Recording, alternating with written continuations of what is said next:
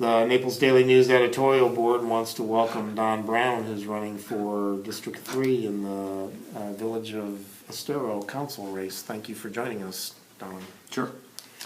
For those who are not familiar with your background, can you go ahead and give us an idea, just summarize for us a little bit about your background?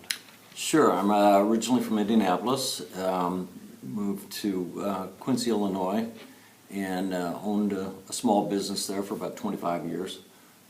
Was very involved in the community, community activities, various non-for-profit boards. I was elected twice to the Park District Board of Commissioners. It was a separate taxing body, excuse me, and also served on the Planning and Zoning Commission. I was appointed to that for about 3 years. While I was on the Park Board, we had an incident that we needed to rebuild an inner-city pool. And to make a long story short, we put together a public-private partnership and built about a $4 million pool without spending any new tax money. Didn't have to raise taxes. And it was a very needed asset to the community. Since moving to Estero 10 years ago, been involved with the ECCL for about 8 years. I volunteered at the Lover's Key State Park and drove the tram out there, which was great fun. Started on their board of directors for a while, and then we started a foundation and a fundraising entity there to raise funds for a visitor center. And while on the ECCL, I've been a part of the healthcare committee. That group that is trying to bring a healthcare facility to the Estero Village area. And so you retired here from, what was your type of small business that you ran for 25 years? I was in the outdoor advertising business. Okay. And so you retired here, and now why? You're interested in coming out of retirement, so to speak, and serving on the village council. Yes, I figured out pretty quickly my golf game wasn't going to get any better than what it is, and I just like to stay active and keep involved. I think you need to be physically active as well as mentally active. And my wife and I have always enjoyed giving back to the community and doing what we could. And, certainly think we both have the skills and talents to do that. As a member of the ECCL, were you involved in the cityhood effort? Yes, very much. Yes. Describe your work there. I was a neighborhood captain, I guess. We were responsible for the petition drive, and so I had a great team of people, and we were in several neighborhoods along the Estero Parkway to get the petitions signed. And as you know, it was an overwhelming amount of petitions that were signed. What will be the first challenge facing the new council coming in, the first order of business? Oh, wow. There's a stack of papers about so thick that every one of those is the first order of business. I think the first thing we need to do is get our physical house in order and find out where we're going to meet and where we're going to buy our paper clips and pens and pencils and what have you. But in all seriousness, the city manager will be the first priority, at least in my mind, and I think several others as well. Whether that be an interim person or somebody that wants a full-time position as a career. That's going to have to be decided right away. And then the city attorney, and then the city manager, he or she will have to find us a clerk and that sort of thing. So that's the very first things that have to be done. And shortly thereafter, the city attorney is going to have to educate us all on the sunshine laws, because we don't want to get off on the wrong foot.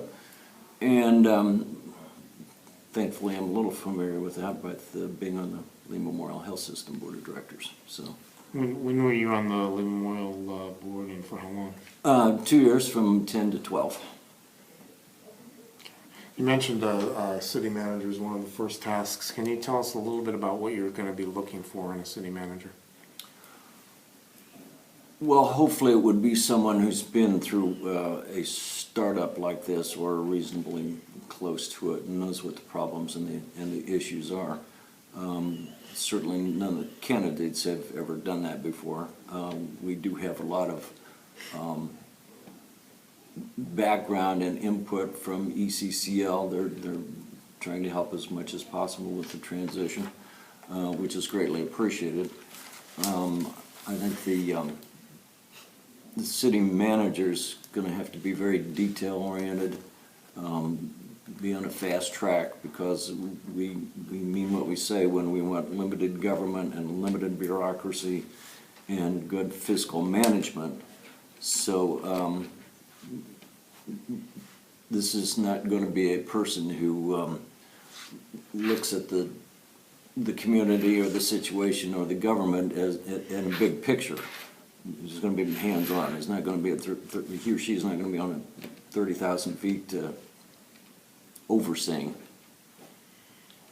You mentioned the Sunshine Law and some other things. Do you think it would be advantageous to just get candidates from Florida or go beyond?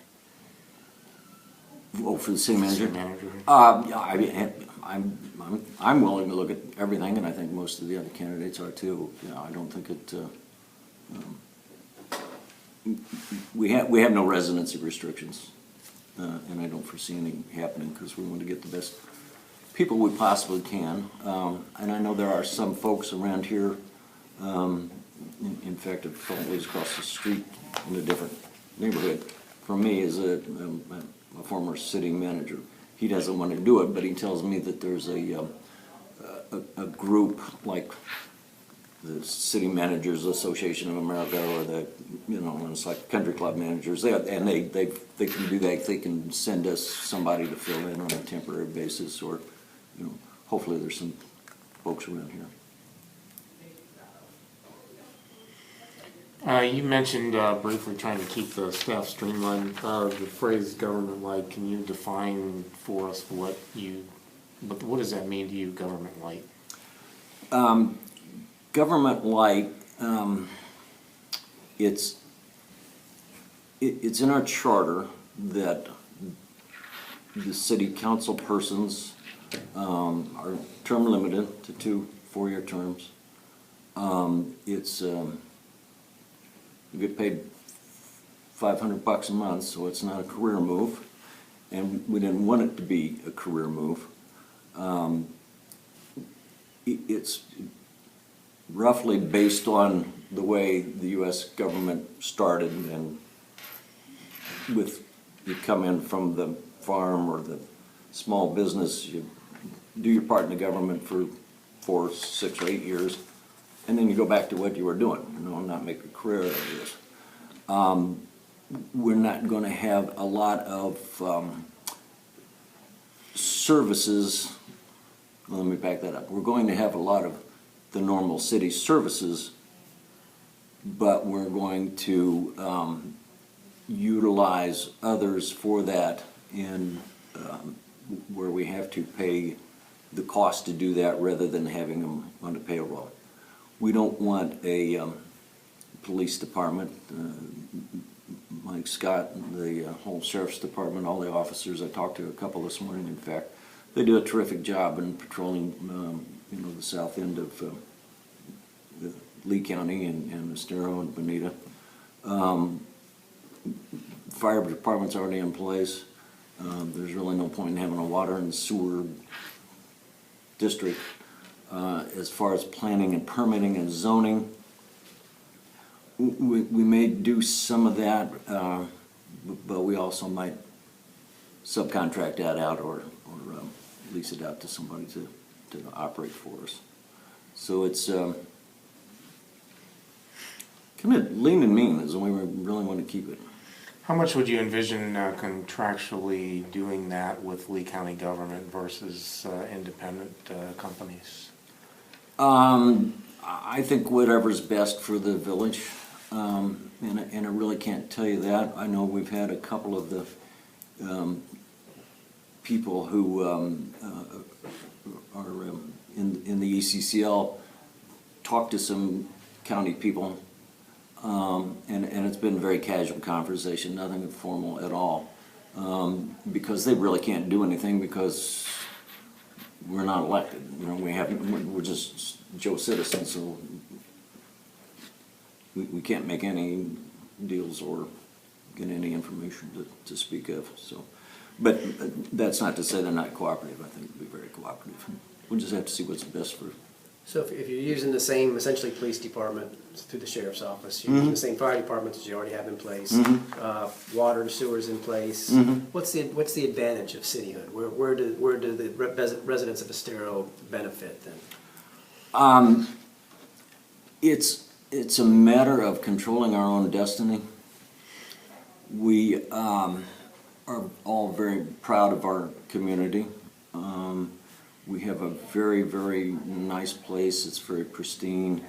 We can do some planning through the new community development plan if the council adopts that, or some other plan.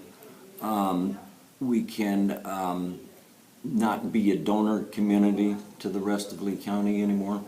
We'll have a lot of our tax money come back to us and to the city, as well as some motor fuel taxes and a lot of other sources of revenue. And we can enhance our community. We can control the architectural design. We can put monies towards landscaping in the medians and various areas of the community. We can build a city center, village center, if you will, you know, and have some green space in there and make it a very comprehensive, well-rounded place of destination for the community. So it really comes down to planning and developing and having some control over our destiny. Do you ascribe to the theory that the city would be able to operate in such a way that it would effectively have a $3 million a year budget? Absolutely. Surplus? Yes, I've been through those numbers several times. I seem to think 3 million might be a little high, but it's close. It's, you know, 2.5 million to 3 million, and we're going to have some of those because we're going to have to build some reserves for the normal unfunded reserve things that happen. And the budget would be approximately how much per year? Right around 5 million. So you would have a $2.5 to $3 million surplus on a $5 million budget. How long would that go? Well, no, the revenue would be roughly 8 to 9 million. Okay. Yeah. Okay. And so how long would you continue to build up $2.5 to $3 million surplus? Well, I think it depends on what happens. If we have a major storm or hurricane, well, we won't have that very long. So it's not unlike being at home. You know, you save money and then suddenly the water heater goes out and you didn't plan on that, but we got to buy one. So I would tell you though, myself and I know a few of the others are very, very fiscally conservative. So to spend money we don't have is not on my radar, to say the least.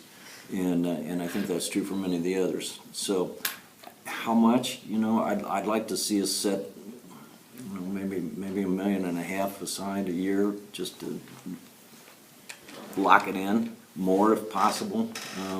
But then there's always the great unknown out there. So. You had mentioned no need to set up a police department, but in Bonita Springs they've contracted with the sheriff's office for enhanced patrols to get extra deputies. Do you see the village of Estero doing that as well? You know, right now I don't think so. I think we have the 3 cars and they do a terrific job. We don't have that bad a crime rate, thankfully. If more is necessary, certainly as the city council, we want to serve the citizens and we want to protect the citizens and our properties. So if need be, we can do more. One of the things that Lee County is doing is it's been reducing its impact fees. Other jurisdictions are charging full impact fees. The village council will have an opportunity to decide what level they want to set impact fees at. Do you have a percentage in mind that you think they ought to be levied at? Well, no, not a percentage, but I think they ought to go back to at least what the county had in '07, which was, now we're arguing over whether to do 35% of that or 85% of that. No,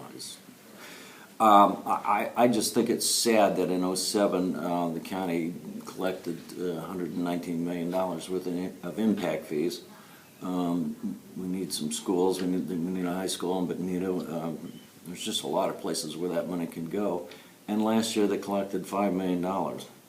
And I think with the economy coming back and what we've got to sell here is just unbelievable. It's sunshine and a beach and nice weather, 90% of the time. And there's no snow shovels involved, so. You mentioned your 8 years with ECCL. Do you envision the Estero Council of Community Leaders is going to have additional sway with the council since they're still going to stay in operation after the village council comes in? Are they going to have any more, going to have people's ear on the council more than any other organization in Estero? Not any more than any other. I've been pretty clear about that, and they have been pretty clear that they are not going to be a shadow board of the village council. But I will tell you that they have done a lot of in-depth studies, spent a lot of money on the community development plan, the charter, the incorporation effort, et cetera, and a lot of things that council needs they already have in place. So in fact, the ECCL or some portion of that may become our architectural review committee, which just makes sense. I mean, I'm not a big fan of reinventing the wheel, so if you got them, use them. The healthcare village, they've done a lot of work on that, and I've done what I can, and there's no real point in reinventing all that. So, and the other part of that, folks, I'll tell you, is that we want, and we have said this at the candidate forums, or at least I have, and a few other people, we want a lot of citizen involvement, and that's part of the GovernmentWide process. I was at a candidates forum in a neighborhood the other night, and a gentleman brought me a copy of Rails and Trails magazines, and it's all about turning abandoned or possibly purchased railroad properties into linear parks, which they did in Quincy. We had a linear park that almost circled the city. You could ride bikes and walk, and was very nice. So I said, that's a great idea, and we've got some tracks and some stuff needs to happen before we can do that. But why don't you head up that committee when it starts? And he said, sure, I'll be glad to. So that's the kind of thing we're looking for and what we want. We need help from everybody. You mentioned working with the healthcare on the healthcare front, trying to bring facilities to South Lee. Where does that stand right now? Right now, we've had 2 meetings with the administration. Some of us have had other meetings back and forth. Right now, it's in the hands of a international, multinational consultant group, Navigant. They have a healthcare division that covers all facets of healthcare, from physician recruitment to hospital real estate and hospital construction and clinic construction, and just goes on and on. They're terrific folks. They are putting together a proposal of what this healthcare village should look like, not physically look like, but what the components are. And in March, they should be back to us, the committee, with sort of a finalized plan. We've seen one plan. What it amounts to is a hospital without beds. That's what Jim Nathan called it, and I think that's very appropriate, because it will have a freestanding emergency department and lab and imaging lab as well, MRIs and CAT scans and all that sort of stuff. So it's a very exciting. It's a much needed in this community, and actually it's a nice piece of economic development because it's a $140 million project, and I don't know, 600-700 employees maybe. I don't know. Does that become a concern of the city government, or would that just continue on the track it is with That just continues on the track it is, but but I think it's important is now that we're a city government, it gives it even a little more credibility to say, yes, we're behind this 100%, and we all are. I suppose the council could facilitate whatever zoning, whatever. Yeah, well, it's already been done, really, so it's pretty much a done deal. Just get it pushed over the line. If you're elected, would you see yourself continuing with that organization, that group, or would you walk away from it? Oh, no, I'm staying with this. I'm just going to stay with the healthcare committee. It's near and dear to me, and it's incredibly important to this whole area. It's really one of the biggest puzzle pieces we have missing is healthcare. In terms of, there's the procedural things that have to be taken care of. What about in terms of any infrastructure that you see is missing right now in Estero that would be one of the first kinds of things that you might go after?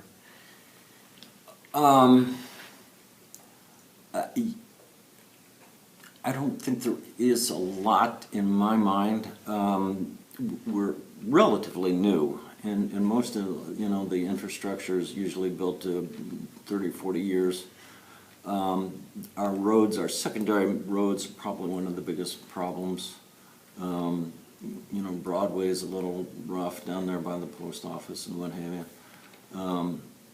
So I would say that's probably one of the biggest things in my mind that we have some issues with, and we have to do something about. How you fix for sidewalks, community-wide?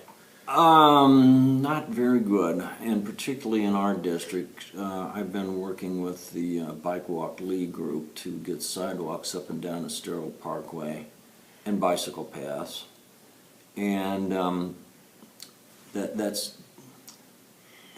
they're a great group, but it's just the bureaucracy in action which makes me a little crazy. Estero Parkway is now #1 on the list to be completed, but it's the list of unfunded projects, so it doesn't make a whole lot of difference. And we're desperate for it. I see moms pushing strollers down the sidewalk, and then they have to go out in the street or walk across the grass on Estero Parkway. With Walmart coming, the traffic's just going to get worse and worse and worse, and it's already a lot worse than what it was. We live there; it's what it is. But we've got to do something to make it a lot safer and more user friendly and people friendly. And now on the other end, the total antithesis of Walmart is the new apartment complex being built on the corner down there. So, the traffic's going to get heavier, and the safety concerns are still there. What separates you from your opponent? I have a great deal more experience. I've ran a successful company for 25 years.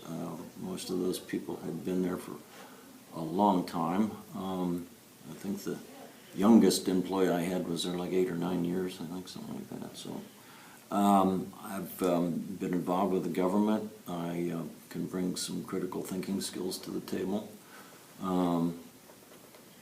I have the time, the energy, and certainly the desire to do this. as we kick this thing off, as I mentioned, we've got about 1,000 things, it seems like, that's first priority. But it's also going to take a lot of work to get all those things done. So in my mind, I'm thinking we're going to be working days and nights in noticed meetings, of course.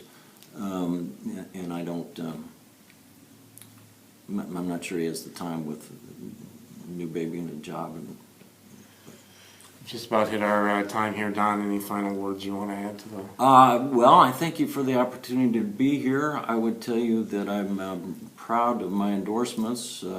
Jim Humphrey, prominent Fort Myers attorney, has endorsed me, and he was also a former mayor of Fort Myers. Steve Brown, Dr. Brown, no relation, is endorsed me. He's a former councilman and mayor of Sanibel. And Chris Hansen, who is the vice chairman of the Lee Memorial Board of Directors, has endorsed me. So I've got a lot of good people in my camp, and I'm going to use them if I can. We just want to remind everyone in Estero who's watching this who will vote that you have an opportunity to vote in 4 races on the ballot.